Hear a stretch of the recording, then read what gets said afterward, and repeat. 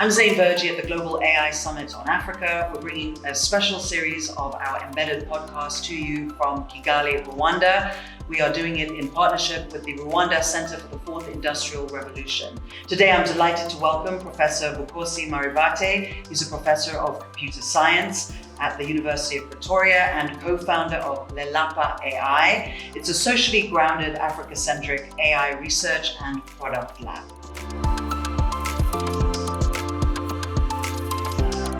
What should the entrepreneur be thinking about when considering integrating language into their models or their products? This is something that is coming up consistently, our cultural contexts, local contexts, and languages. And as an expert in this field, what's even a starting point for entrepreneurs? Yeah. So you need to think about your context. So a lot of the times we just think about generalities. We see some of these large language models and you go like, oh, I can ask it anything.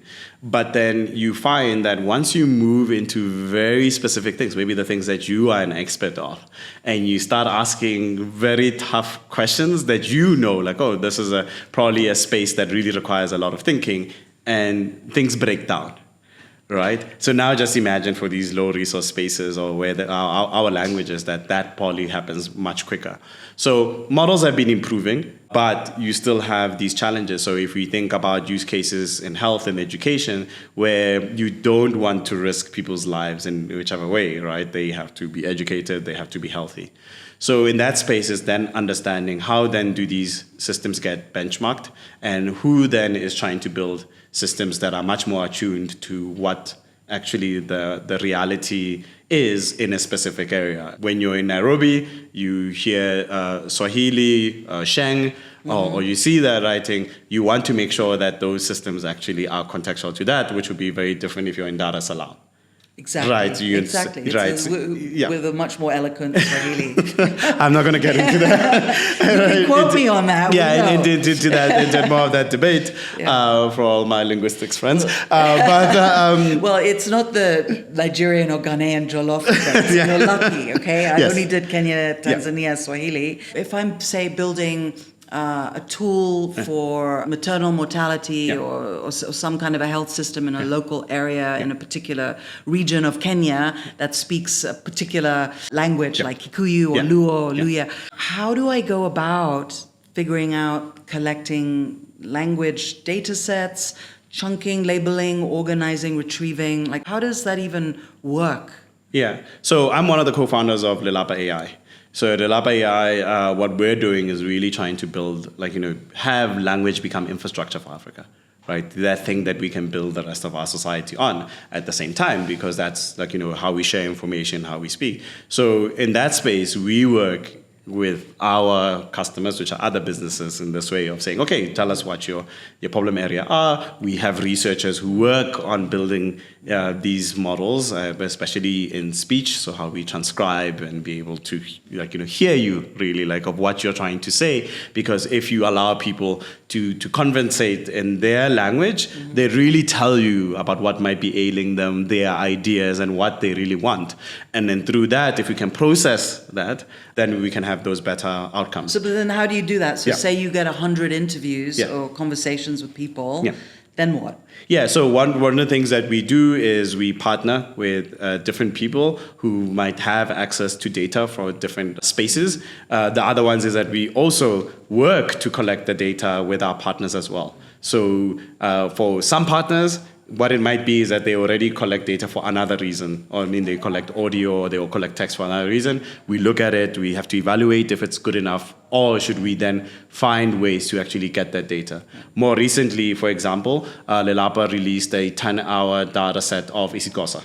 Right, that's for the community, where we created a protocol on the discussions we wanted people who were going to be recorded to have and speak on, and then through that, or you then bring up a text that they can read, and then that is contextual to a specific theme, and then through that, then you create these data sets. What kind of skills do we need for our continent, for more entrepreneurs and product teams to be able to build what you're describing? Like, what do we need to upskill or do? Yeah. So it's really a village of things. So people think like, oh, it's just the computer science people or the people who are engineers. No, there are linguists, language practitioners who work to evaluate if the scenarios that you're proposing are actually contextually relevant. Then it's the people who then say like, oh, how do we recruit people to be able in the speech thing, for example, speak, make sure that they are paid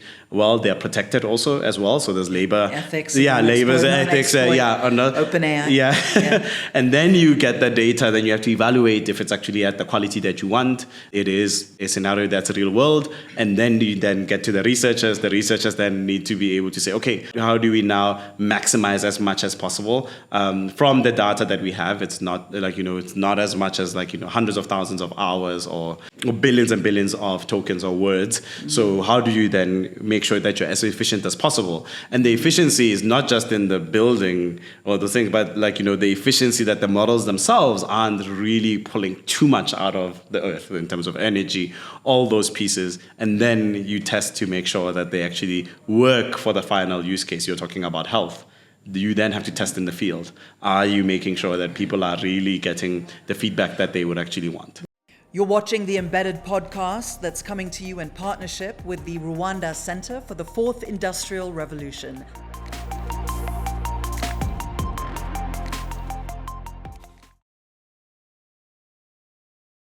Right now, AI only works for major languages such as English and French. This presents an issue in Africa when it comes to accessing quality datasets that power AI technologies. You see, 76% of Rwandans only speak Kinyarwanda. Over the last 7 years, we have created datasets of over 3,400 hours of Kinyarwanda. We have now scaled to 14 other countries in Africa with datasets covering 16 additional languages. We're accelerating our work with the support of the Rwanda Centre for the Fourth Industrial Revolution, expanding African language footprint in AI technologies. By providing this foundational infrastructure, innovators can create AI solutions that reflect Africa's linguistic diversity and unique cultural realities.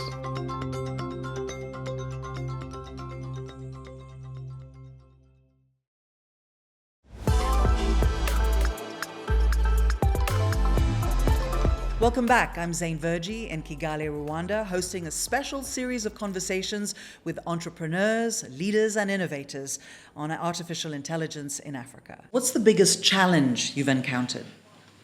So I'll put on my academic hat now.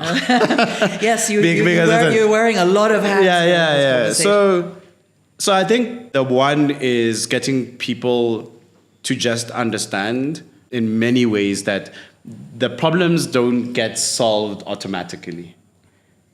It takes a legion of people who are really dedicated into doing this. So an ecosystem that has to be built to be able to play in this space. And as such, for many of us over the last decade or so, it has been working towards that goal, right? We are where we are today, where we're recording this podcast, as another milestone that we can tick off and say like, some of the things I wish I had in the ecosystem when I was a PhD student are now here. Right. And then what does that mean for the future?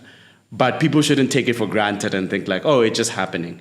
You have tens of thousands of enthusiasts, builders, researchers, people who are interested in this, who've been working to either train each other, working to represent their communities in these systems. We talk about language today, but there's also things like computer vision systems.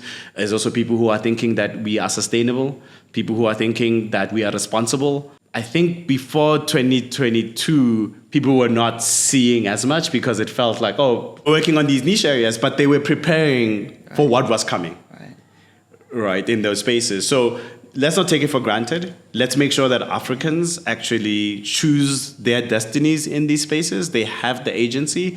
It is not technology that is going to fall out of the sky. It is something that takes work.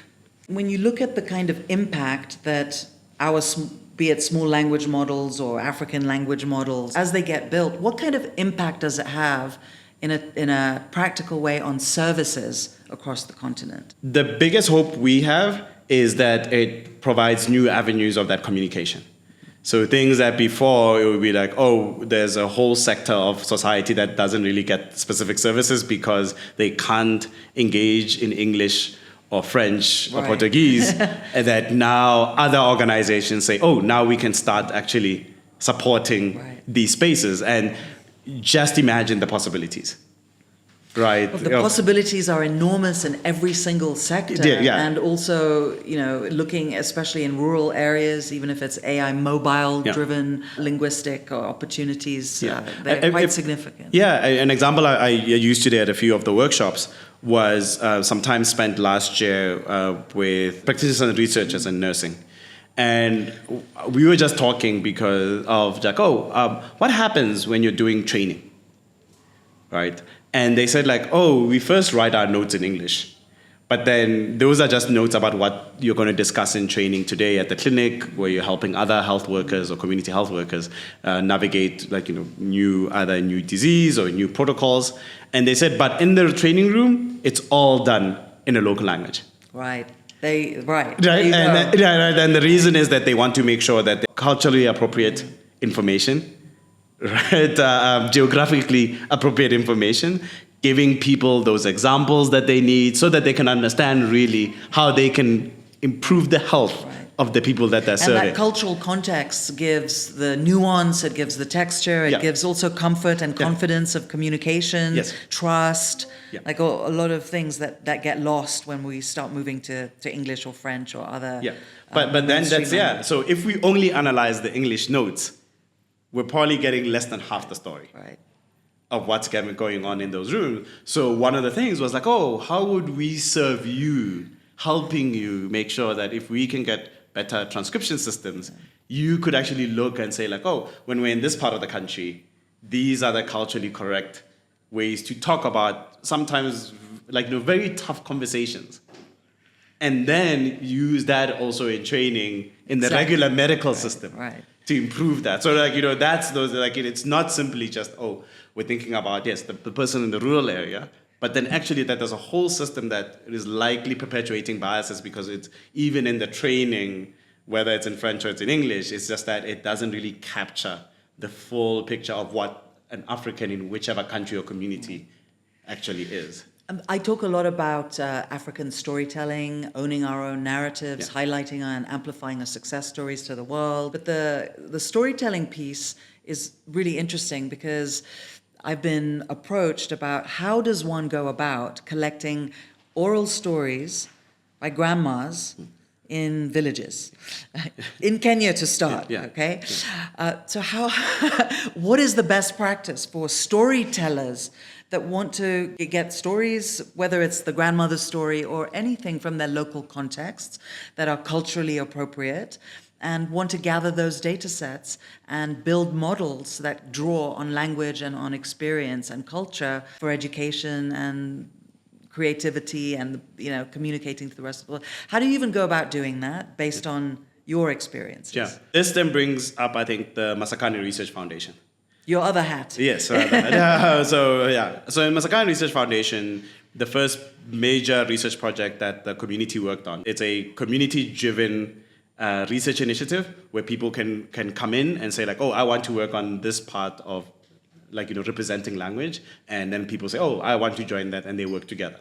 And it's gone on, won many awards, built up lots of tools that people are using in one way or another. But that first project had to do with translation, and it was also dealing with creating a system about participatory research.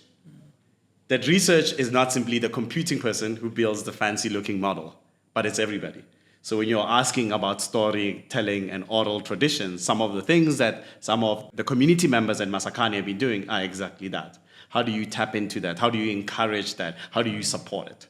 And you see that for the people who've really been part of Masakhane and working inside there, they're much more collaborative across disciplines. The other thing that I maybe as a message from this podcast is to the storytellers, to the linguists, to the language specialists is this revolution is also yours. And that we don't have to be machine learning experts and coders and engineers and design and product people to be able to participate in this, because there's a little bit of an intimidation by even, I mean, I get a bit nervous. Like, this is not my background, but yet there's a way to engage in it. There's something for everyone in this. And like you say, importantly, it's an entire ecosystem of skill sets that need to build models that are of genuine use and reflect us authentically. Yeah. So what we're saying here is that there's, different ways of knowing, and then also different ways of imagining. But when these come together, we then have like much bigger imaginations of what the future of Africans are. So in the same space that I might look at, I'm recording for X, and then a storyteller is recording for Y, when they come together, they design even something that's new, and that even gives us a bigger glimpse of who we are as humanity. And that those are the things. And on one side, yes, it's for me to say, I should explain to the storyteller how the technology works. The storyteller should also explain to me what is the art, what is the science in storytelling that gets us to better, understand each other, and then we create together. You're watching the Embedded podcast that's coming to you in partnership with the Rwanda Centre for the Fourth Industrial Revolution.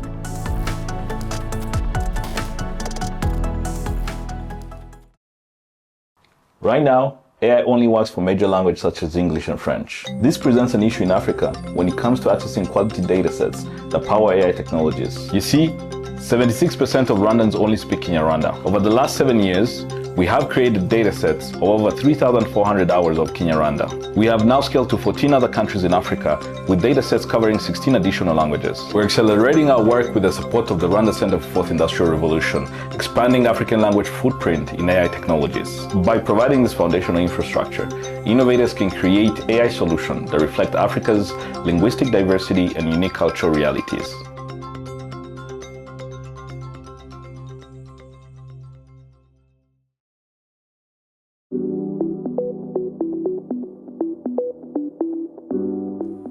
Welcome back. I'm Zain Verjee. You alluded to non-exploitative relationships when building these ecosystems. Let's talk a little bit more about the ethics piece here, right? Because that's a priority in how we frame all this kind of work. How do you see it in your own experience? Like, what should we be thinking about around ethics and guardrails of the work that we do? Yeah, so I'll start one. At the university last year, we hosted the Design Justice AI Institute. Mm-hmm. And at that institute, we were very lucky to have Daniel Mutaung as one of the speakers, who had been the whistleblower at Sama in Nairobi.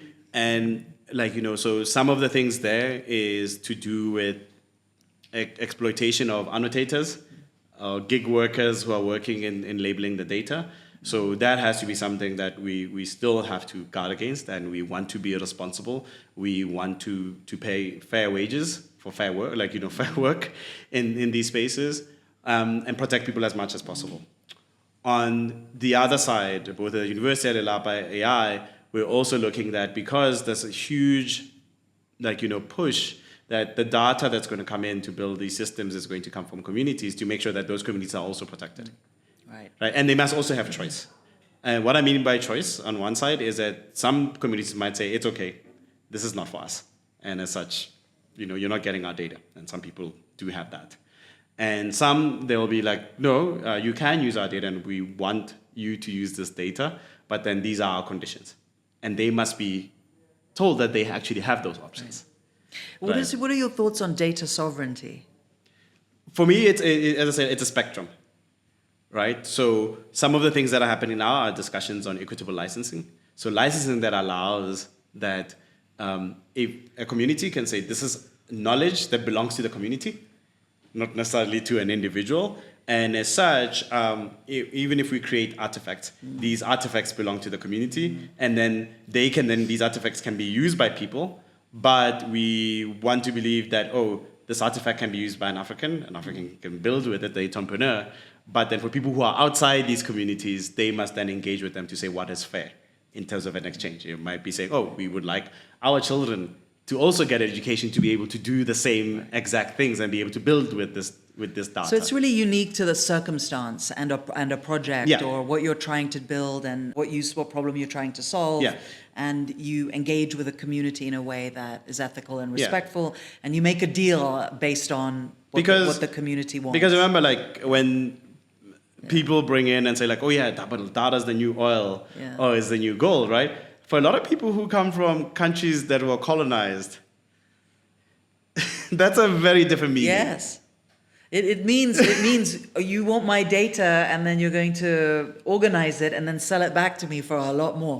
That's what you're. That's a very different thing that comes into your mind, right? So what has happened with that? Even with those, there has been lots of ways that policy has been put in so that people can't be. What are some of the things our leaders, for instance, and our leaders here at the Global AI Summit on Africa need to be considering when they're thinking of linguistics and languages and collaborative efforts and opportunities around the continent? What are some of the key things that's got to be on their radar?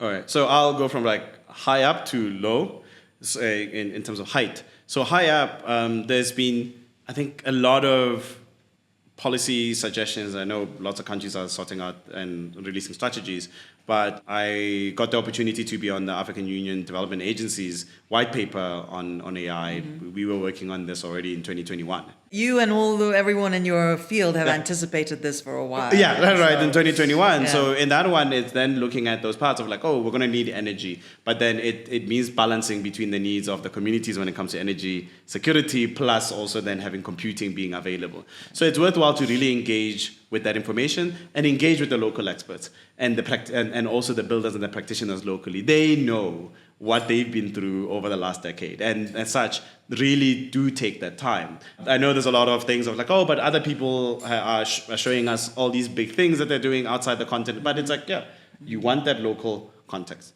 At the same time, local investments have to increase. At the moment, a huge amount of the money that goes into R&D in general, not just in AI, is coming really from outside. Mm-hmm. And this means that the way that you evaluate success is different. It is connected to other people who are outside saying, like, we think this is what you should be doing. While what somebody in Kenya versus in Tanzania versus in South Africa versus in Mozambique should be measured on is different depending on those countries. But our problem is we don't have a good venture capital ecosystem here to invest. Let's think about R&D spend, right? I think the US now is at 3.8% of GDP. South Africa is 0.6%. Used to be 0.8% before COVID, right? Right. And South Africa is the largest, maybe by amount, not by percentage. I think Rwanda is slightly above, but it's small in terms of relative terms.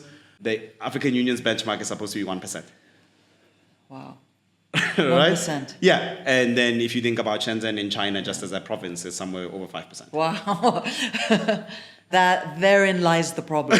Right. So that's the part. But then do we have large organizations on the continent that have lots of cash that could be investing and saying, hey, we can spend this on R&D on the continent, and then at the same time, on the other side, make sure we are procuring services that are being built inside the continent, right? To provide that pull for those entrepreneurs. Right. And again, highlighting the success stories, demonstrating to investors that it's not just a high risk, but a high potential, and there are a lot of opportunities on the continent. So highlighting these narratives, but the reality of the investment ecosystem is really tough. So the thing is, you can sit on cash and say like, oh, we'll wait for the perfect tool that's going to come from these more developed nations. But even those developed nations are testing out thousands of different things. Yes. And the one that you then end up procuring is the one out of 1,000 that actually made it. Right, exactly. Why can't we allow that same environment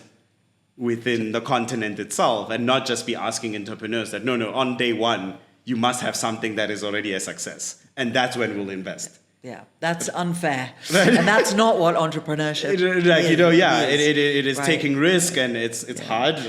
Like the journey I think we've gone through also as Lelapa. Mm-hmm. I know our executive is working very hard. It's still like trying to figure out these pieces. And it's always in motion because everything is moving so fast. Like how do I, people keep up, right? Because there's so many new models, there's so many products to try. Like, how are they using my data? I struggle, and I'm curious to know sort of how you cope with that. When you think you've built a product and you've used, whether it's the prompt engineering or the system instructions, or you've built it in a way that has a great agentic flow and it works, then Gemini's model is now 2.5 and now my whole thing doesn't work. Or, OpenAI, GPT 4.0 comes out, or Claude 3.7. Yeah. And so every time you got a good product, the technology changes, that kind of messes the product. So what I'm saying is, how do we keep up with the speed of all of this? Sure. Like, what do we need to do? In a lot of our spaces, the lucky thing is that we build from scratch. So you are in control of what that's your, in one way or not, it's your baby. Some of the architectures might be looking at architectures that are known, but you build with your own data. Yeah. So you are in control like of which those. Ones, for example? So at Lelapa, we released Nkuba LM. Yeah. Yeah, and that was the small language model. That was the first basically LLM for African languages, supporting 5 languages. I think it was using a Llama architecture. And then now there's continuing with more research to improve those architectures for our languages, because you want to, again, be more efficient, figure out what are the things that are useful for African languages that might not be currently in the other architectures as well. And you encourage open source? So you're always balancing. Right, so the one part there might be, hey, there's data that we have to use that is sensitive or belongs to the organizations we partner with. So that data will not come out necessarily, and as such you can't release. Not even just proprietary. If you think you're working in health, you really want to respect the people you're getting data from. So it's not necessarily you're going to release health data that is out. You're just at a very high risk in that perspective. At the same time, we know we have a responsibility to the ecosystem and the community. So that's why I said we released the ESETU paper. People can go read the preprint of it, and the data set that has 10 hours of Isitkosa. Nkuba LM itself is open source with the data to train it as well. That is available. At the university, for example, we do that as well. We work very openly. We have a very big repository of tools that we hope allows innovators to build on top of, right? And that gives you the thing that I think just to say that you just pointed out, that control yourself, as opposed to saying, one day people just say, oh yeah, we don't support this anymore. Africans should have agency in this revolution, right? So it's not going to be technology that's given to us. We should be able to shape it. We should be able to control it. We're able to build it, able to make it what is it that we want. And finally, your one key message, practical, to entrepreneurs who want to build AI-driven products on the continent, what is it? Engage with each other. We're all going through very similar problems. I know sometimes it feels like, no, why would you talk to? But we're all learning very quickly, and we want, I think, that survival of the ecosystem, right, and it to become much stronger. Yes, we will compete.